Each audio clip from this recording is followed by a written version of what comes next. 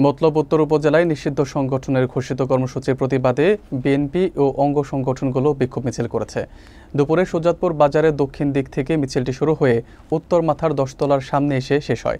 সেখানে অনুষ্ঠিত প্রতিবাদ সভায় বক্তারা নিষিদ্ধ সংগঠনের যে কোনো কার্যক্রম কঠোরভাবে প্রতিহত করার ঘোষণা দেন।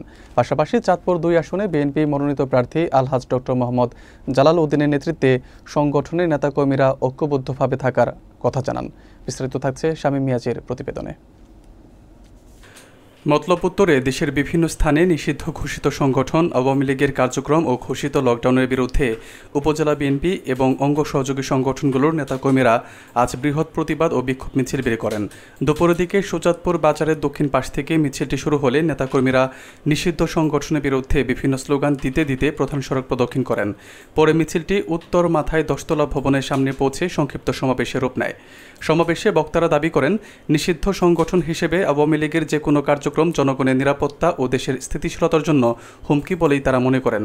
তাই এই ধরনের কার্যক্রম বন্ধ করতে বিএনপি নেতাকর্মীরা সর্বোচ্চ সতর্কতা অবলম্বন করবেন বলে জানানো হয়। তারা আরও উল্লেখ করেন, চাঁদপুর 2 আসনে বিএনপির মনোনীত প্রার্থী আলহাজ ডক্টর মোহাম্মদ জালাল উদ্দিনের নেতৃত্বে অঞ্চল জুড়ে যে কোনো অবৈধ বা নিষিদ্ধ তৎপরতা প্রতিহত করা হবে।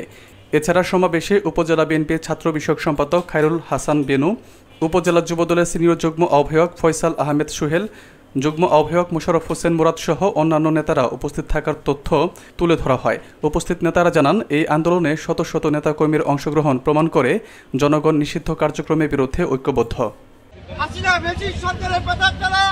আপনারা যারা চক্রান্ত করছেন, দেশে অশান্তি সৃষ্টি করতে যাচ্ছেন, আমরা এর তীব্র প্রতিবাদ নিন্দা জ্ঞাপন করছি। সংগ্রামী সাথী বন্ধুগণ, বক্তৃতা অবকাশ ছিল আমাদের।